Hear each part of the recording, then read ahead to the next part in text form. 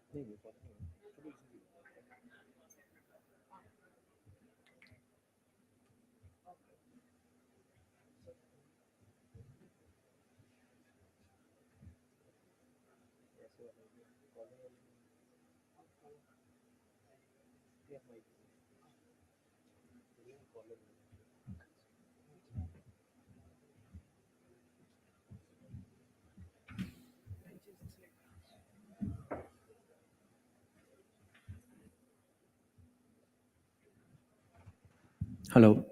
Hello. Good evening, everyone. Thank you for your presence uh, today evening. I'm Anand Agrawal, co-founder and CTO of TreadGenX. I would like to talk about what's next. What's next for the lenders? What's next for the digital lending? We have been since morning talking about one particular topic which has been consistently coming on and off. It's about collections. And one of the hottest buzz in the market is about digital collections. How can we collect better from the customers? Everybody is trying to focus on that. So since morning, I guess that these consistent talks has been making us realize that the focus being shifted to that. What are the best practices? What are the best ways we can be able to collect better from customers? What are the best practices an NBFC or a bank or any financial institutions can follow with respect to collections? Just switching on to the next slide, which is how big this problem is, how big the debt in the country is like how massive the problem is. On the left side, you see the size of the NPA and the loan portfolios, retail loan portfolios, which are in the collection bracket. On the right side are the newspaper cutouts, which says that the NPA is increasing, the COVID stress banks, see how much increase has happened. COVID times, a lot of these numbers were being printed and posted across different news and newspapers.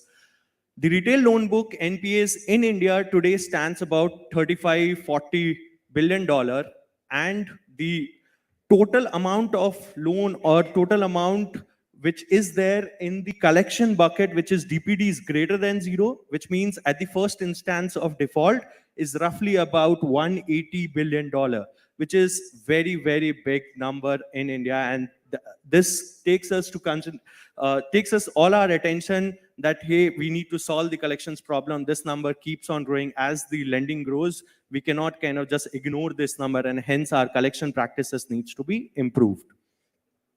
Now, coming on to when we talk about collections, it's not an easy problem. It's a tough problem. It's a complex problem. How do we think about it? How do we solve that particular problem? So what is collections, and how do you kind of describe collections? Collection itself, when you talk about it, it's completely like an unstructured. It's people kind of fear of that. It's unpredictable. Many of these activities, you don't know what the outcome at the end of the month would be. There's a lot of these collection activities lenders do, but what the outcomes would be, it's not easy to realize that.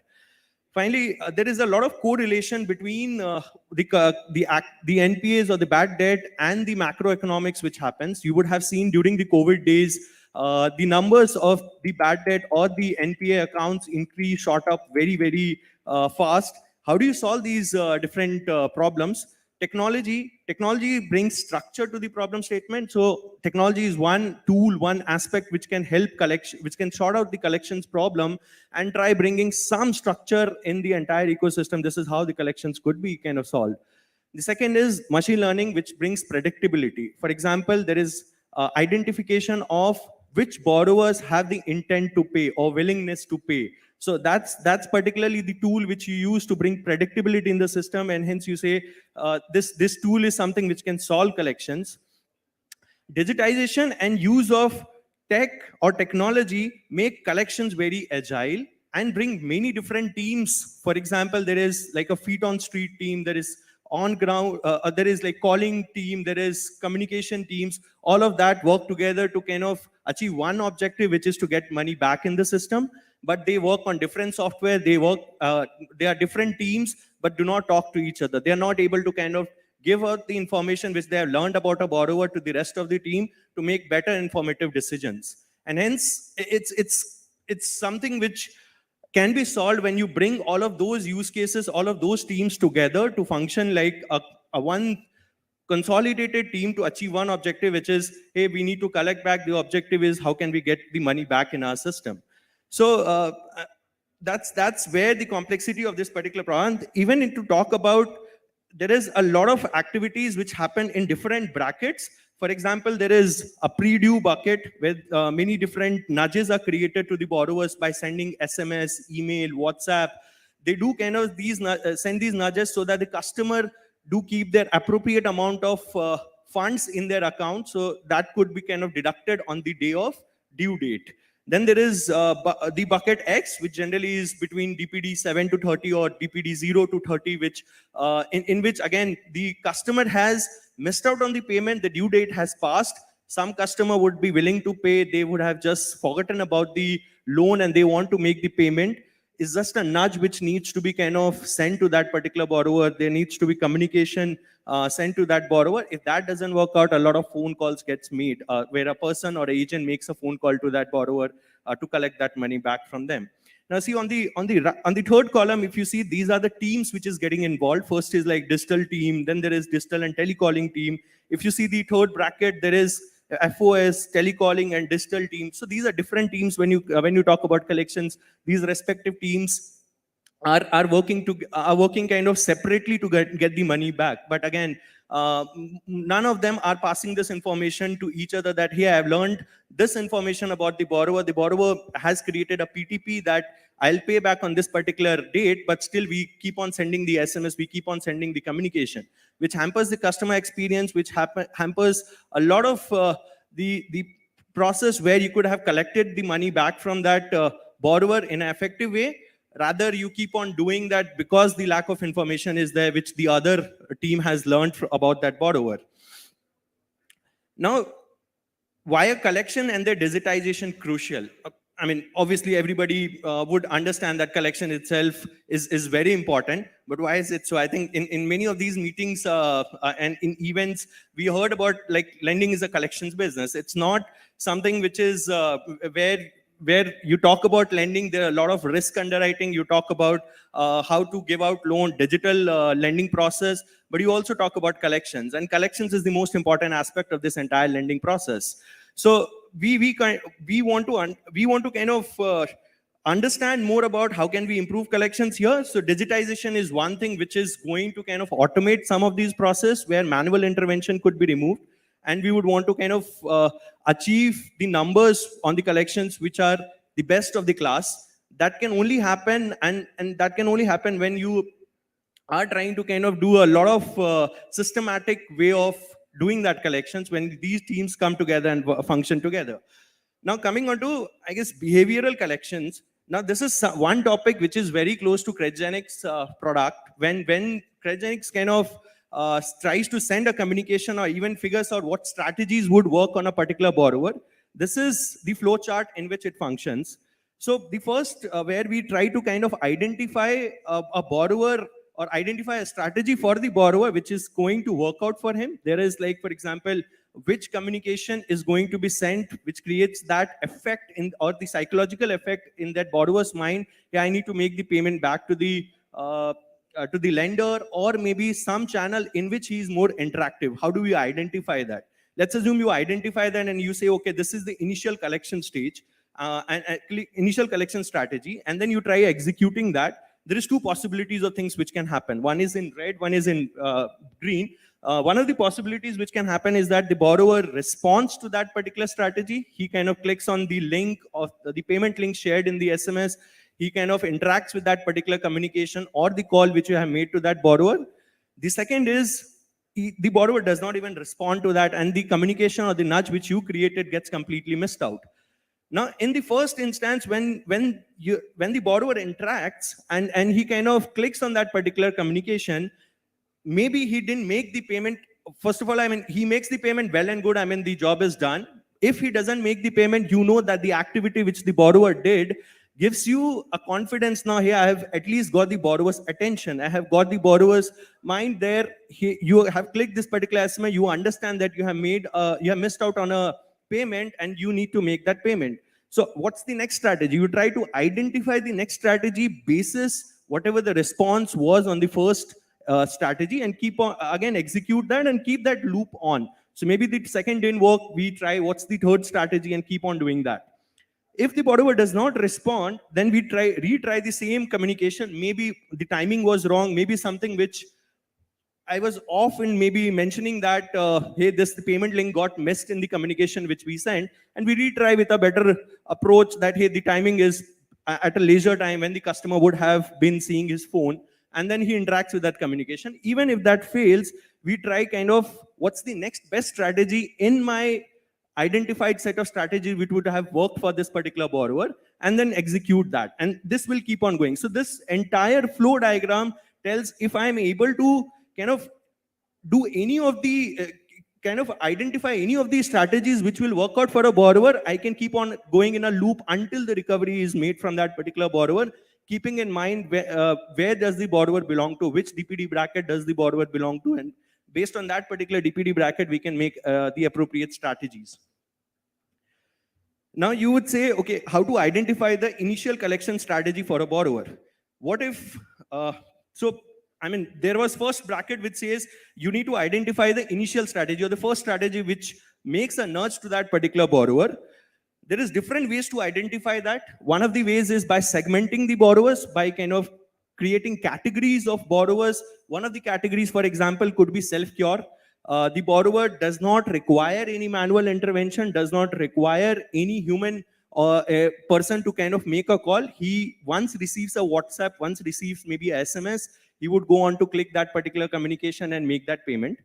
The second category could have been, hey, this is a customer which is not going to be easy, or maybe he's not willing to pay. In that particular case, you would straight away jump on to making a manual call, or maybe sending a feet on street person or a field guy, hey, you need to get a collection in cash. I mean, that could be a strategy taken there, because the intent to pay is on a very lower side here.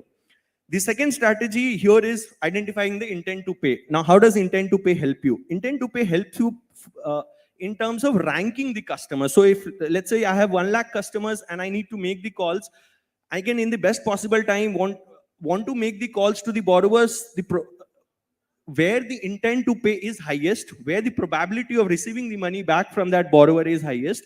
I go on to make the calls to those borrowers. So what's the predictability outcome of that intent to pay for each one of those borrowers, shorted by the maximum probability, the intent being the maximum.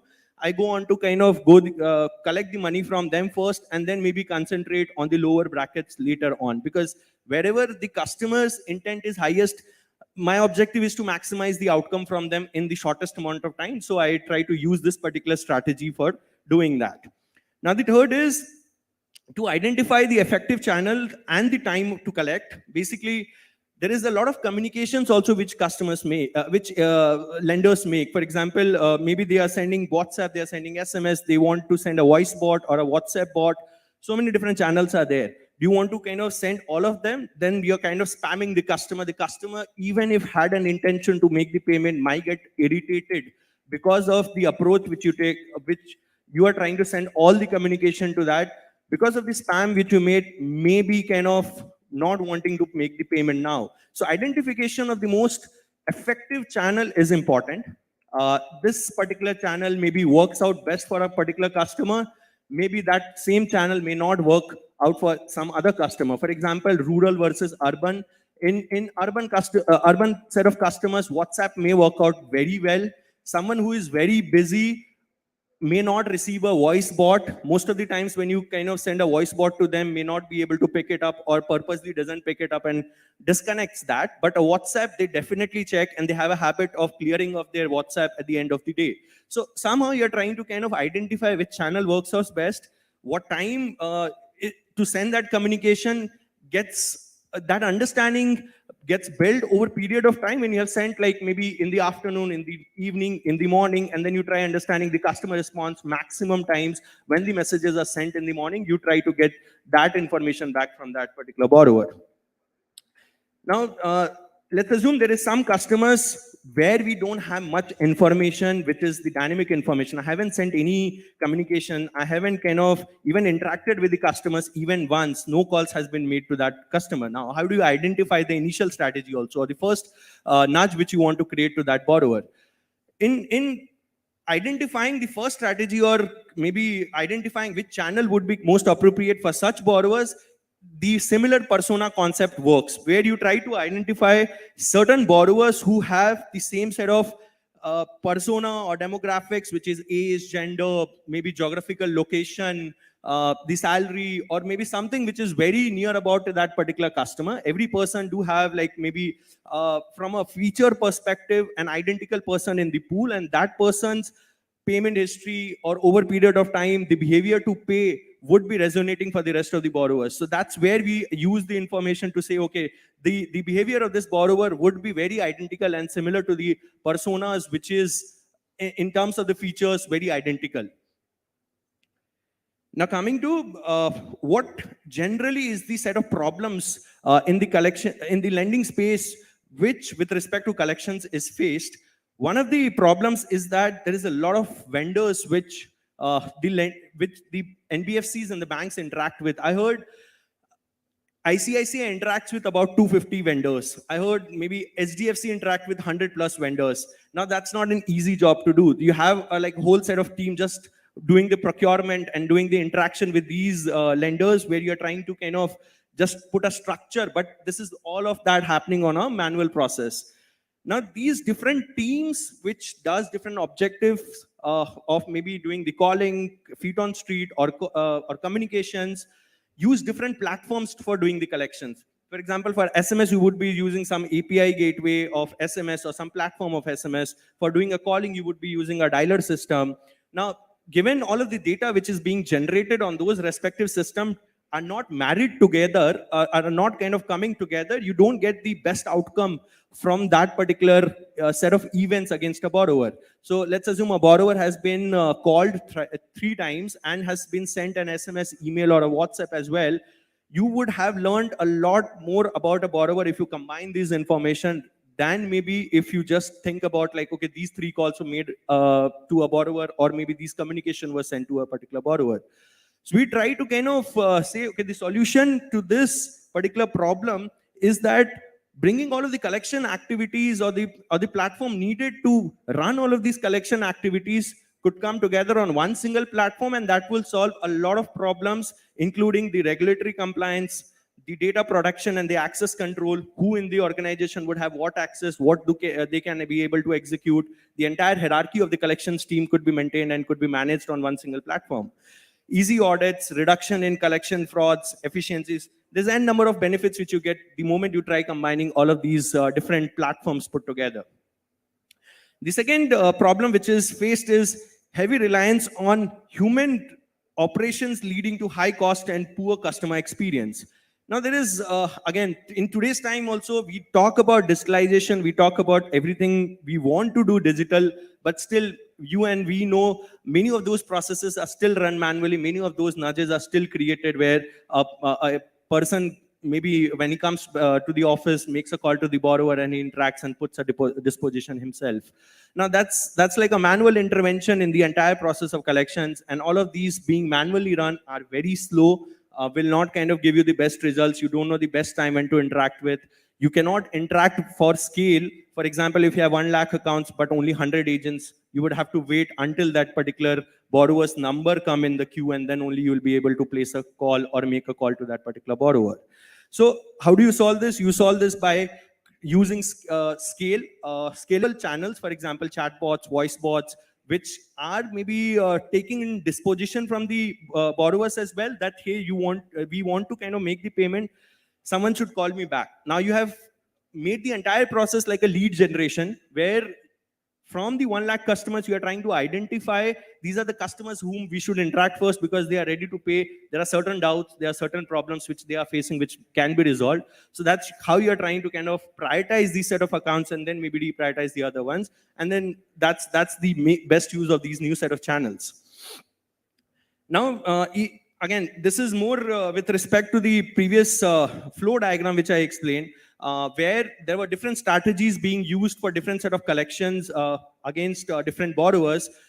Today also, many of these activities which are run for collections are like send SMS to all of these borrowers in one go, maybe sending off WhatsApp messages in a generic manner to all of these borrowers. There is no personalization, there is no customizations which are done, or maybe identification of what channel works for what particular type of borrower. And that's one problem where you are trying to inflate the cost, where the costs of collections are much higher, which can be reduced by using better technologies, which can be reduced by advanced machine learning technologies in today's time. I think if you talk about like how do you transform the today's debt collection, this is more of a summary to what we have discussed. First is end-to-end digitization. The second is basically a single platform running all your collection activities. The second is use of data science and behavioral collections to identify which strategies works for what kind of borrowers. Different borrowers may be kind of nudged with different set of channels, not necessarily a plain vanilla solution works for all. The third is use an integrated end-to-end collections system. Different collection teams could be brought together on one single platform and they could be kind of working together. And the last is making the entire collections process, which is data driven and customer centric, keeping in mind the customer experience as well. You try to kind of do those nudges, you try to kind of do these collections activities.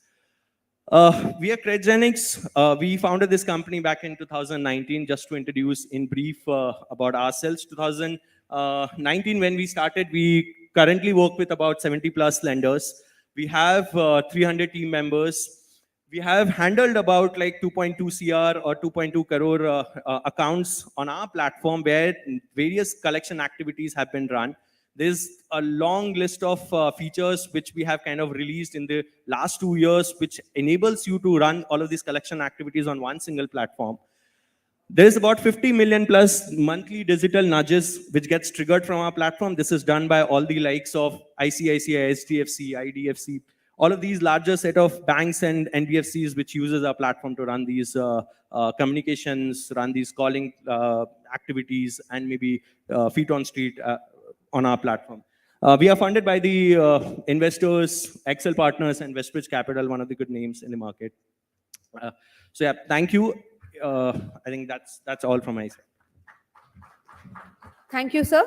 May I request Dr. Ravi Gupta, founder and CEO, Elets Technomedia, and editor-in-chief, the Banking and Finance Post, to kindly climb up the stage and felicitate Mr. Anand Agarwal, co-founder and CTO, CredGenix. Please, sir.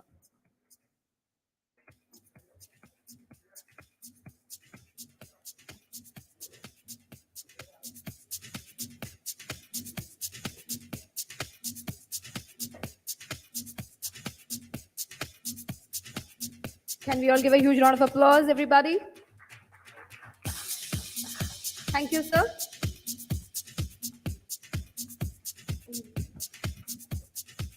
Thank you. Moving up next, may I request Mr. Sainath S., entrepreneur and residence, TRST score, to give industry presentation, employee and agents risk mitigation. Please, sir.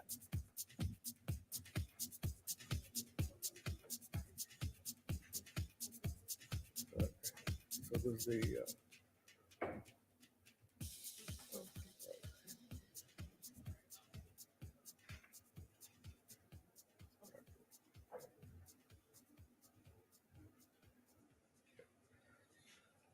Good evening, friends. I guess I'm the penultimate speaker for the day. So, good evening, friends. I guess I'm the penultimate speaker for the day, and thank you for all your patience, staying on a little longer. My name is Sainath. I'm an entrepreneur in residence, the company called Trustco, and Trust Without You. So that's what we call. So primarily, we are the world's only trust score platform. It's similar to your credit score. So basically, the idea is about to have the verified workforce or the verified talent factory. That's in the gist. So what does the trust score do? The trust score unveils the unethical behavior at the bud during your screening process, as well as during your recruitment process. And that apart, we also look at mitigating the risk of employees against the ethical practices. So that's what we do.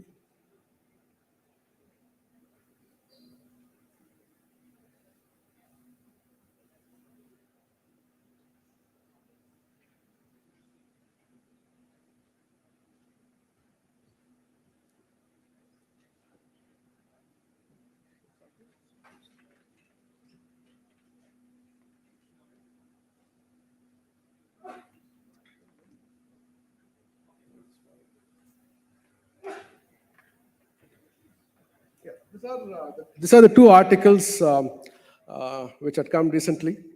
One in Times of India and the other in Money Control.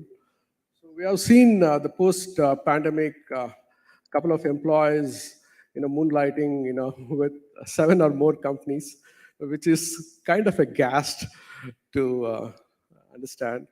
And this looks like a new practices that many of them run around many places, for earning little extra, but which is quite against the norms. And that apart, we have seen the startups hiring at large, with affluent of many startups on the way. So if you look at it in the process, our startups are quite in a hurry. In the process, they leave way with a lot of chinks in the process, and moreover, that gives way for pilferation of data, that gives way for data theft. And a couple of examples we have seen, with companies like BharatPay or Trello and Paytm, with this sort of employees, because the startups tend to do too many things altogether, which is very important. But at the same time,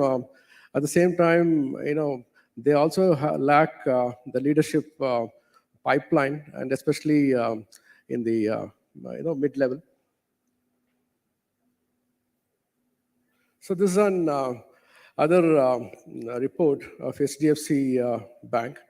So we have seen the subcontracting staff, duping the bank themselves. So this is kind of serious issues again, because the dependency of temp companies is too high, and because subcontracting people, with the large companies or reputed companies, which also foil the names. And we have seen the credentials of the clients being distorted and also being shared with the cyber crooks. There's a lot of examples on the way, and these are tip of the iceberg. So yeah, this is an undaunting problem. This is a problem we are trying to look at it, and this is a serious problem. If you look at it, $800 billion is been lost due to unethical behavior globally. So what I mean is around 8 out of 10 companies do not report these ethical behaviors because of their reputations, or because of their brand, because of a lot of things at stake. that is something, people try to avoid reporting seriously. And 30% of companies go bankrupt because of unethical behavior. 50% of fake credentials come out in market, and these guys join all around and create a ruckus in the corporate world. And we also know that 75% of employees at least have misused their position once in their lifetime. That's something around. And all this recurs the cost of background verification, which is very, very high. And the time taken, for the background verification, should be around 4 to 6 weeks. And that apart, the kind of information which comes out, looms benefit of doubt either side. Yeah, so this is the serious example, with SKS Microfinance. They went bankrupt because of their own people.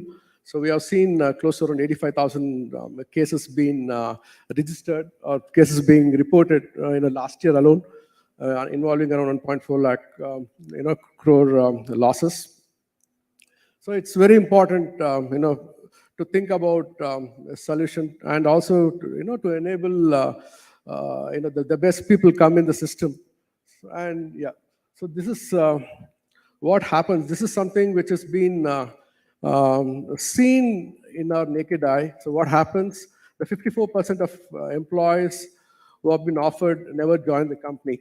So this is again a serious issue, especially in the early stages of their career.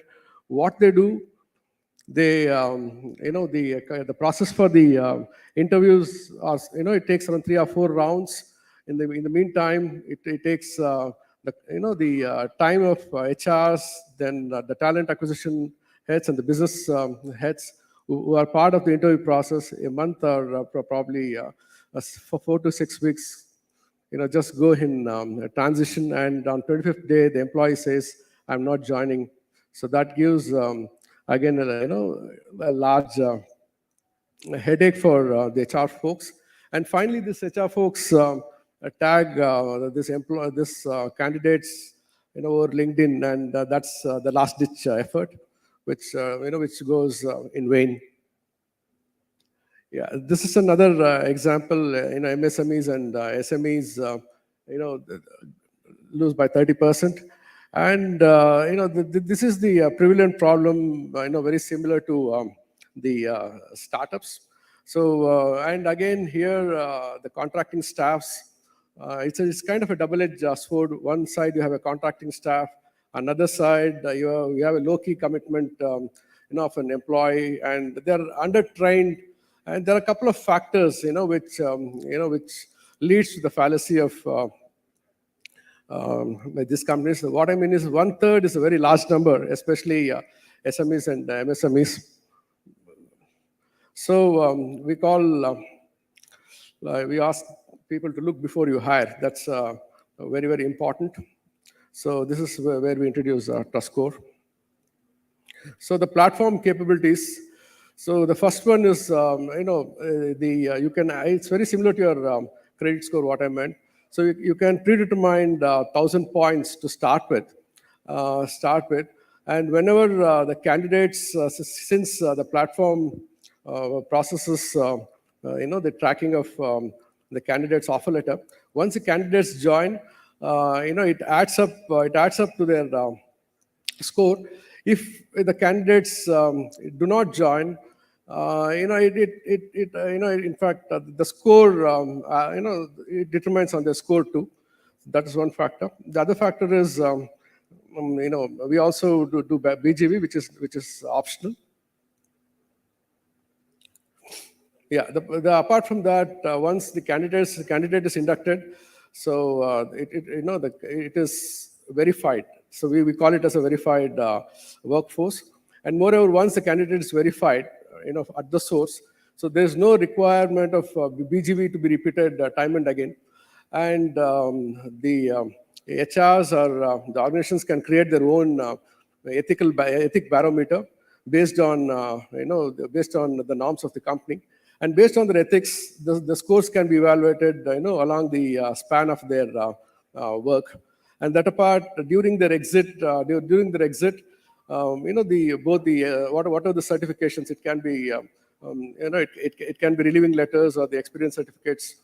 Both can be given through the system, and this is made open with employees too. It's a two-way street, so both employees and employers can able to look at it, and it's basically it's kind of a handshake. It happens, and the last thing is once because based on the company's norm, anything goes red against the employees, the system also flags red. Yeah, this is the trust score process flow. So as I explained, so the offer letters be given, the candidate accepts on one side. If they do not join, you have the reports coming in, the reasons for not joining. On the other side, when candidate is inducted, and once the candidate is inducted, you have the verified workforce, as a reference for the organization. Yeah, this entire system works on the open APIs. You can integrate it to your HRMS or your background verification systems. And this looks like your LinkedIn profile. This is the UX UI of the trust score. And yeah, this is the chart flow of your offer letter, how it goes when candidate accepts or rejects. You have all these check marks. And this is the exit form. So we can customize the way you want. Whatever the reasons, you can make sure the employees before leaving, the credit score can be based on this exit forms.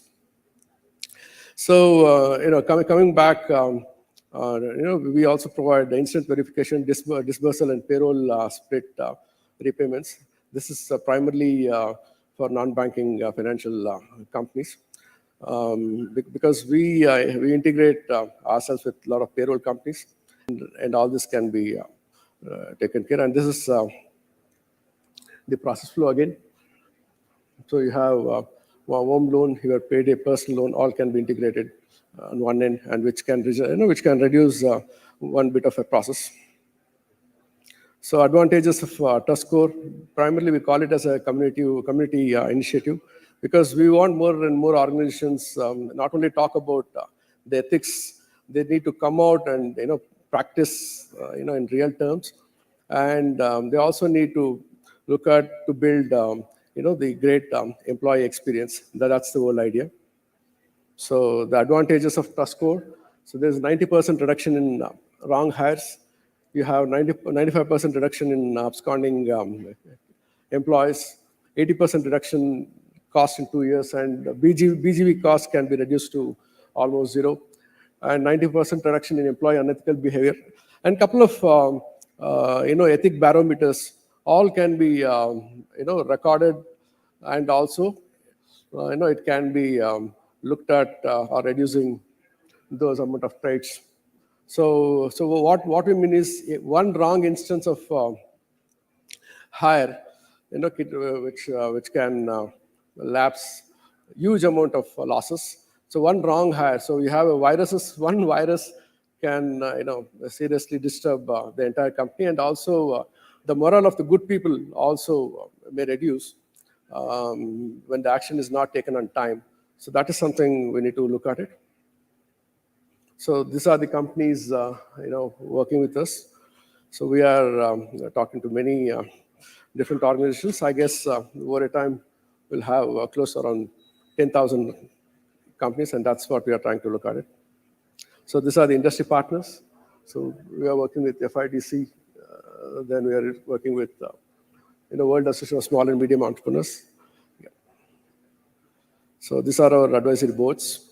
So these are renowned names in the industry, and yeah, we have Satish Mehta, Srinivas Acharya, Dinesh Ramdas. Yeah, so this is our people.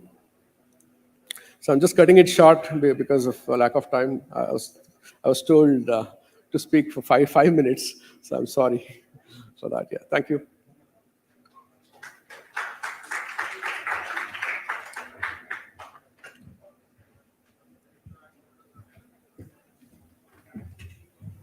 Thank you, sir. So I already have Dr. Ravi Gupta, sir, on stage to felicitate Mr. Sainath S., Entrepreneur in Residence, TRST score.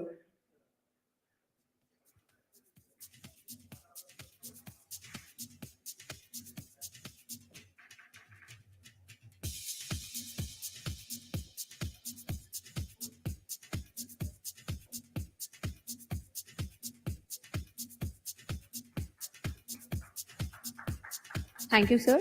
And there, Dr. Ravi Gupta is presenting the magazine to Sainath, sir. And can we all give a huge round of applause, please?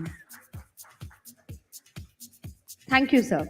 Moving on to next, may I request Durga Prasad Swaminathan, Chief Information Officer, Cholamandalam Investment and Finance Company Limited, to give the keynote address on stages set for large-scale transformation.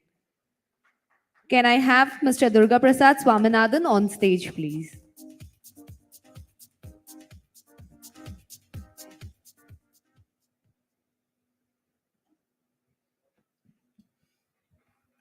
A very good evening to all. I know we've been probably running a bit behind schedule and it's Friday evening. So how many of you are feeling positive about the whole financial services and NBFC domain? Okay.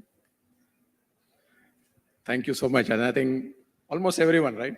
Maybe except those who are a bit too tired to raise their hands, but otherwise definitely feeling positive. And the kind of presentations and the points that we have discussed during the course of the day is only, driving the whole agenda to a higher level. And to see that, right, meaning I would say there are multiple areas where, India as a country is amazingly positioned to take us all to the next level of transformation in the financial services space. Now, for the first thing is very obvious. We have a huge demographic dividend. There's a very large population, a very large working population with a good spread of urban and rural. And what we have probably as a market perspective, a lot of them are either underserved or unserved. So from a financial inclusion perspective, there is a significant gap for us to still cover.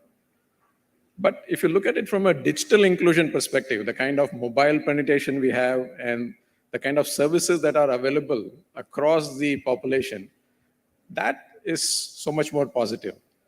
So the financial inclusion can actually be developed on top of the digital inclusion capability that we have in the country in the past few years. So that's the first enabler for the industry as such, the digital inclusion that has happened. The second part that I think is been a huge growth in the past few years is the whole digital rails that the country has set up. If you take a very crude example in a lending space, right? When I want to lend to somebody, I need to know who is that person I'm lending to. The second one is there clear worthiness from a financial perspective for me to lend to that person? And the third is, okay, can I enable the disbursement and obviously the repayment to happen?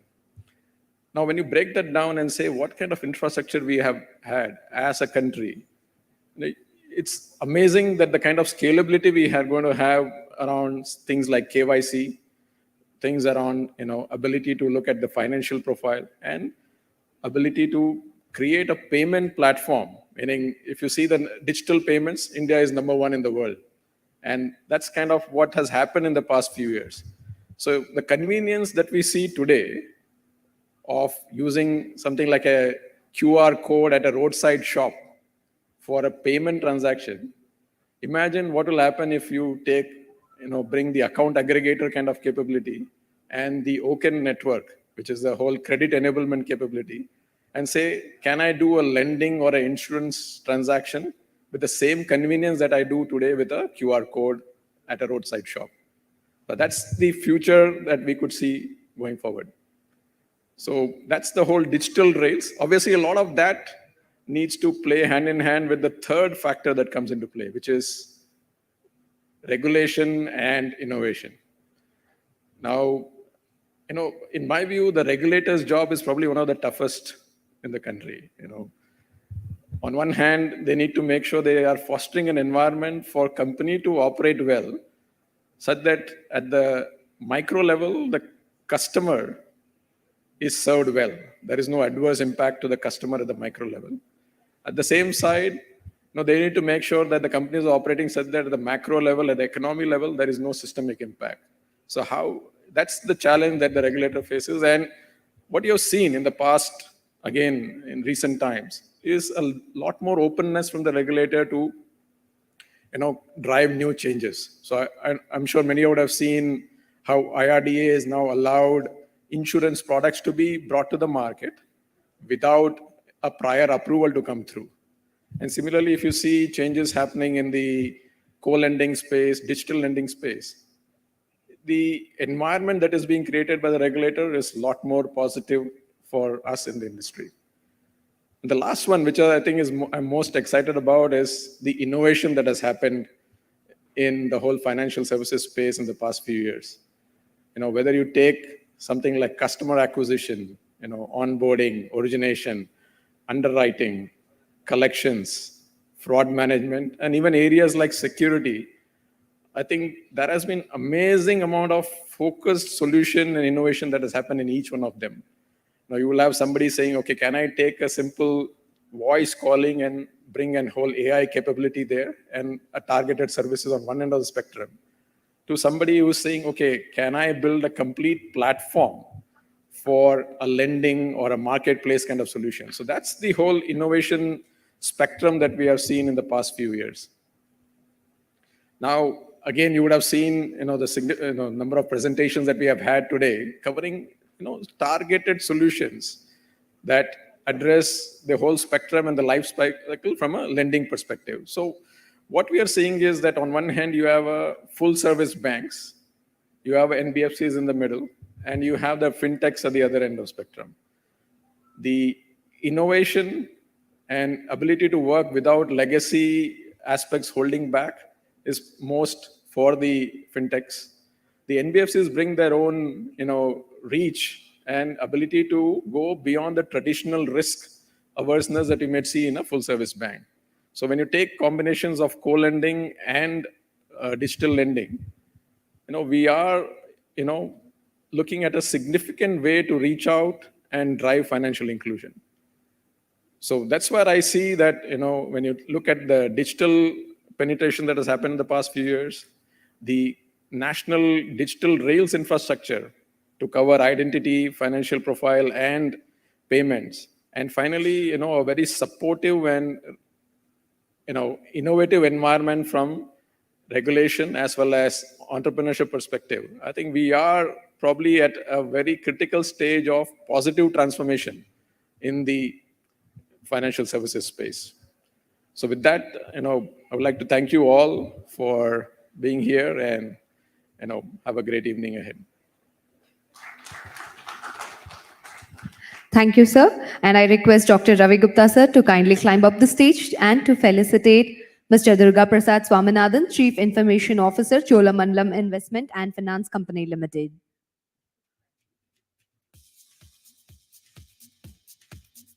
So here we have a small memento as token of gratitude and respect.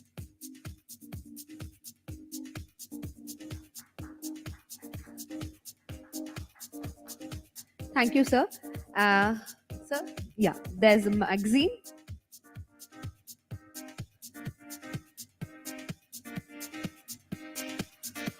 Yes. I request Dr. Ravi Gupta, sir, to kindly stay back for the felicitation ceremony. So, time to celebrate people, time to celebrate awards, time for the most awaiting moment of this day, that is the felicitation moment. And for this, may I request Dr. Ravi Gupta, sir, Mr. Arun Kumar Gantayat, Senior Pre-Sales Manager, Kaspersky, Mr. Ebenezer Stephen, Regional Sales Head, South India and Sri Lanka, Kaspersky, and one representative from Spotco to kindly climb up the stage, please.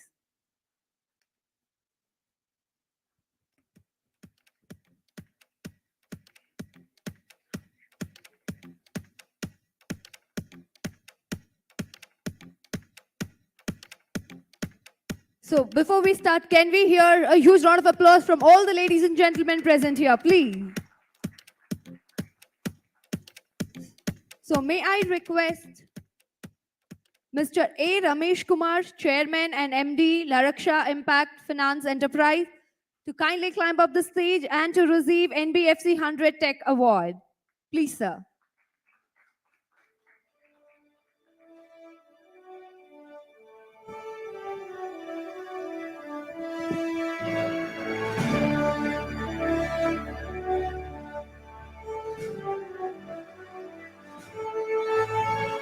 So we have A. Ramesh Kumar, Chairman and MD, Laraksha Impact Finance Enterprise, on stage.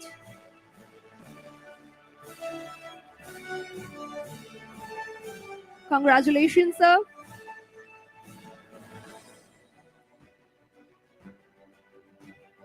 So we have the magazine, the Banking and Finance Post.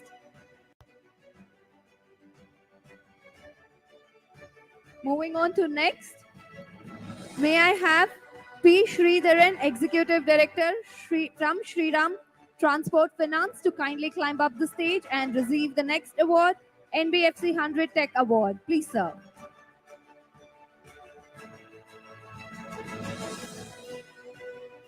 May I have P. Sridharan, Executive Director, Shriram Transport Finance, to kindly climb up the stage.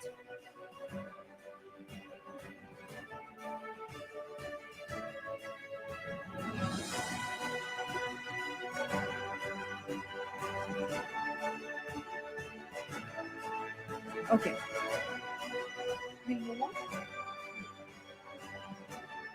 We'll move on to the next.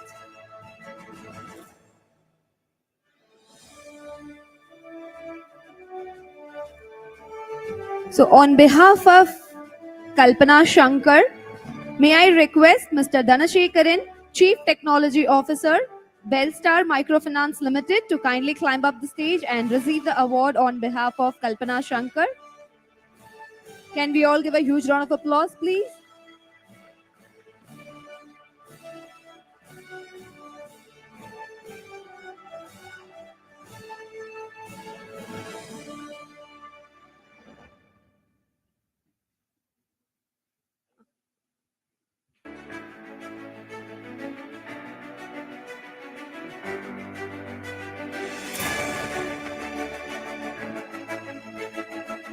Congratulations, sir. And also let me tell you that we have giveaways sponsored from Spotco. Moving on to next, may I request Mr. Durga Prasad Swaminathan, Chief Information Officer, Cholamandalam Investment and Finance Company Limited, to kindly climb up the stage and receive the award. Please, sir.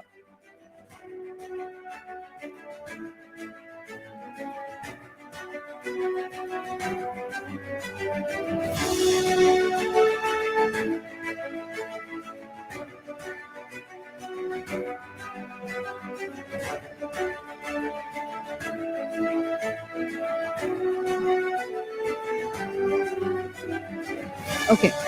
So, may I request the representative from Spocto to kindly come forward, sir, for the giveaways. Please, sir. Thank you. Following this, may I request Mr. Balaji TK, Chief Information Officer, Orange Retail Finance Limited, to kindly climb up the stage and receive the award. May I request Mr. Balaji TK, Chief Information Officer, Orange Retail Finance Limited, to kindly come up on the stage and receive the award.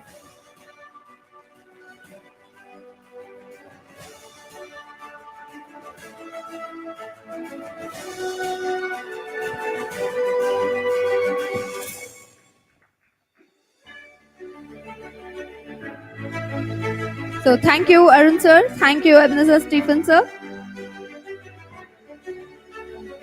I request you to kindly take back your seats.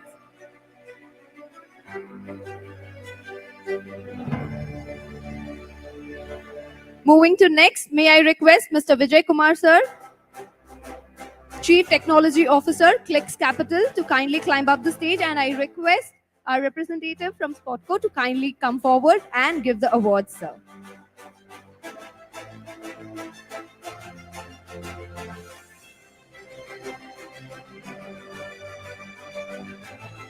Moving, may I request Mr. Mukesh Bubna, Chief Executive Officer, Monexo, to kindly climb up the stage to receive the award.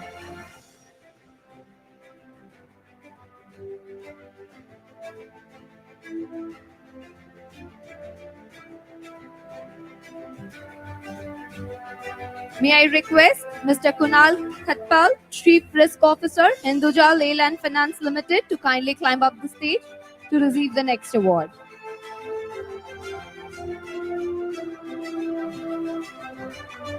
Can we all give a huge round of applause, please, everybody present here? So we also have a beautiful giveaway sponsored by Spocto.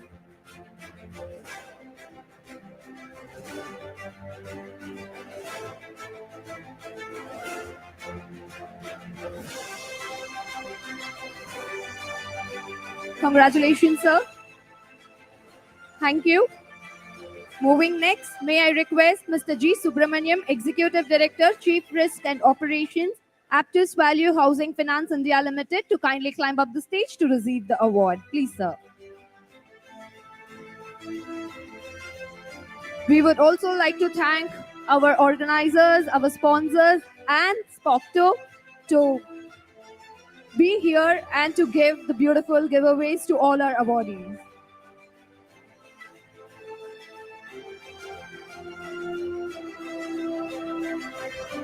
Congratulations, sir.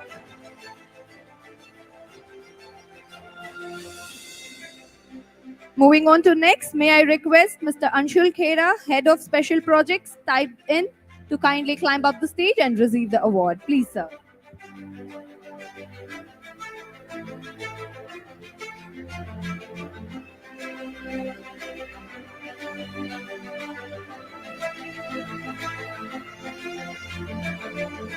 Can we all give a huge round of applause, please?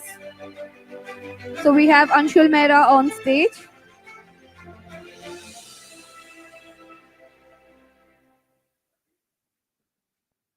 Thank you. Moving next, may I request Mr. Anil Gupta, Chief Partnership Officer, Earth Impact Digital Loans Private Limited, to kindly climb up the stage and receive your award. Please, sir.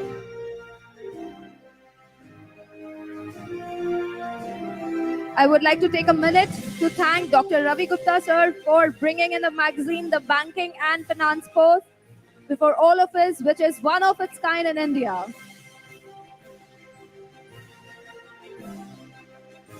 So we have Mr. Anil Gupta, Chief Partnership Officer, Earth Impact Digital Loans Private Limited, on stage.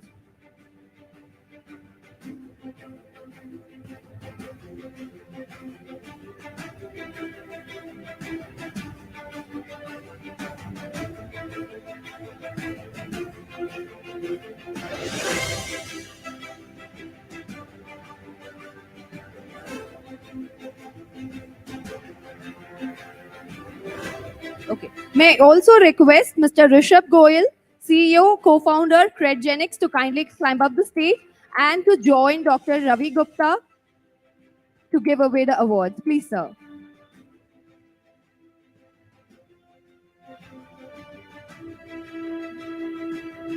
So may I request Mr. Sundarajan Kedi, Vice President, Sales Quality Kiosk, under the category Digital Customer Experience Provider of the Year.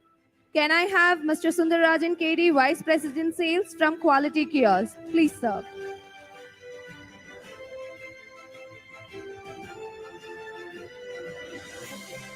So we have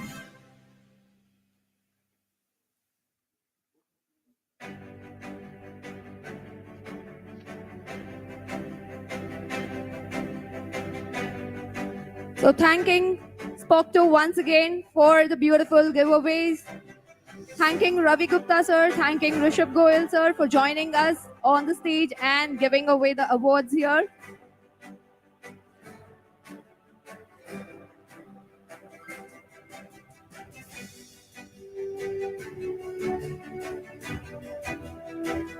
Thank you so much, everyone.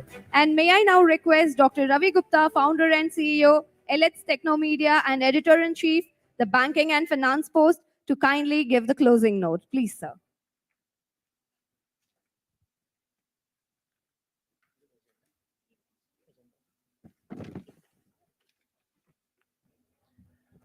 So, thank you all and congratulations all the award winners.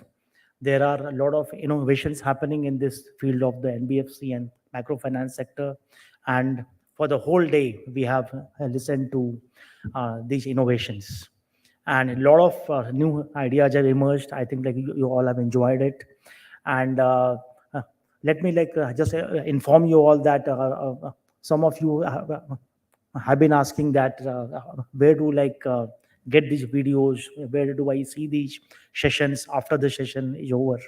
So all these videos, what are the sessions you have seen, all are live on our uh, Elets and the banking and finance post social media handles.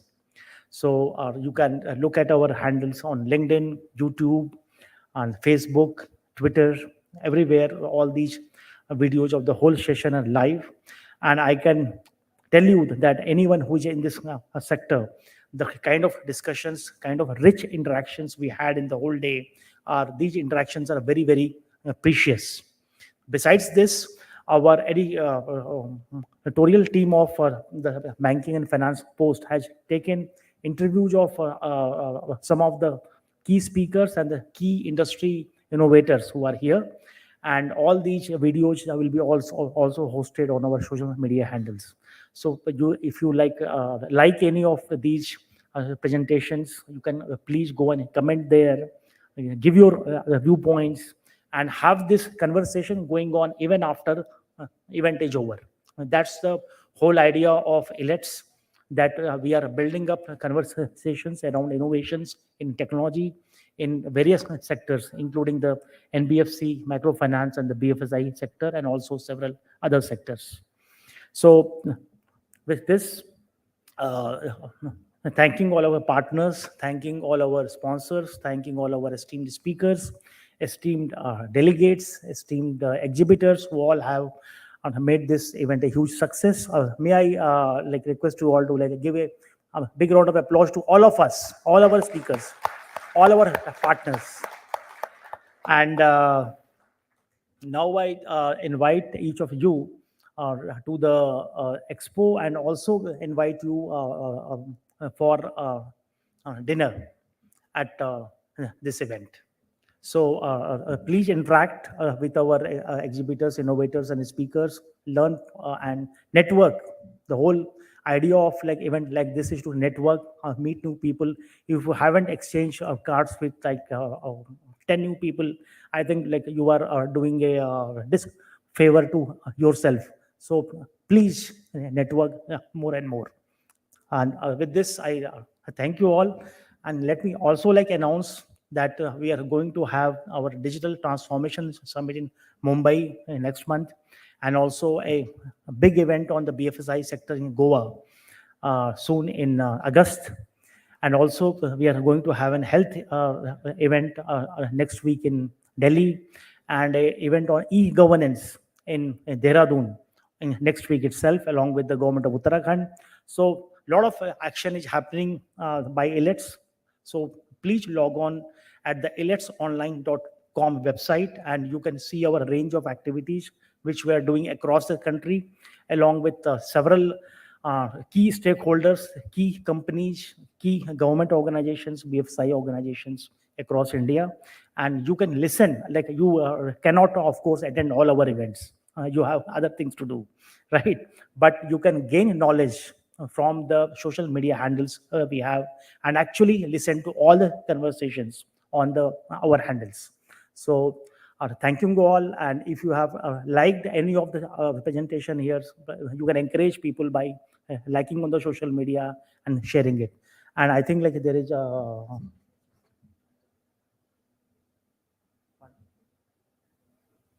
yeah, sure. So I think that's it. Shivam, am I missing anything, or